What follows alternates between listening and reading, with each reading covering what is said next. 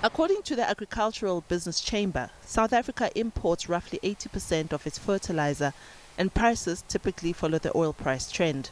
Chief economist at the chamber, Wandile Sihlobo, says if the conflict persists for some time, the country may start to see the negative impact of higher fertilizer prices on other commodities. If you are a grain farmer in South Africa or soybean farmer, sunflower seed and sugarcane, you are amongst the major users of fertilizer in this country.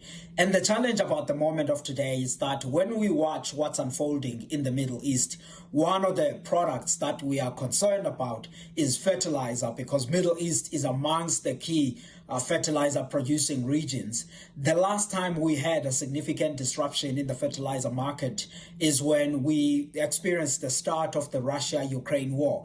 And I think we are back now at those levels where there seems that there may be a major disruption in the global fertilizer market. And of course, South Africa is a major importer of fertilizer, at least from a country perspective, because if you look at the share of imports in our annual fertilizer requirements, we import about 80% of the fertilizer that we use a year. A year we use a fertilizer that is just over 2 million tons. And of course, then the grain, oilseeds and sugarcane are amongst those major users of fertilizer.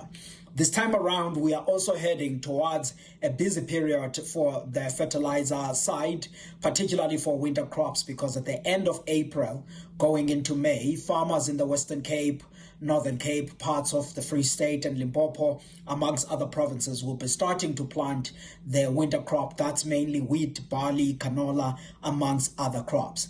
And later in the year, that will be a busy period for planting the 2026-27 summer grains and oilseeds. But of course, that will be only from the end of September, October, November, all the way through to December. But as to where the fertilizer prices will be at that time depends a lot on what is unfolding in the Middle East. So I think as much as we are watching the disruptions in the energy market, we are worried, those of us who are in agriculture, also about the disruptions in the fertilizer market, because the Middle East is important in that perspective, and South Africa is quite exposed to global shocks in the fertilizer market. When imported fuel costs surge, it pushes up basic fuel prices and causes local pump adjustments. This leads to higher shipping, road transport and freight rates. This squeezes business input costs and profit margins.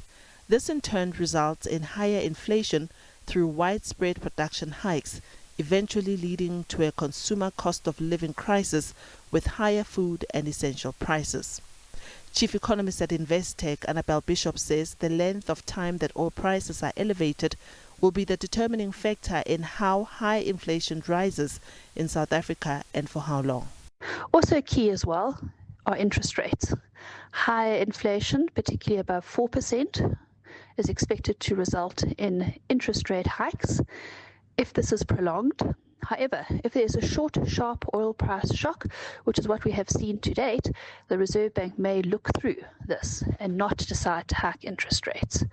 It all depends on the length of the war and, of course, the length that oil prices remain high, and in turn the pressure that comes through for petrol prices, which will then impact inflation and interest rates. Second round effects come through when transport costs impact the prices of other goods and services. That will be something the Reserve Bank will be watching for too. G7 finance ministers are weighing on a coordinated release of 25 to 30% of 1.2 billion barrels from strategic oil reserves alongside the International Energy Agency to calm the market and avert supply fears.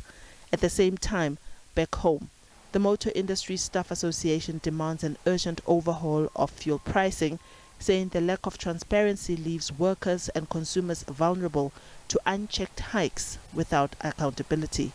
Diabo Seto, SABC News, Johannesburg.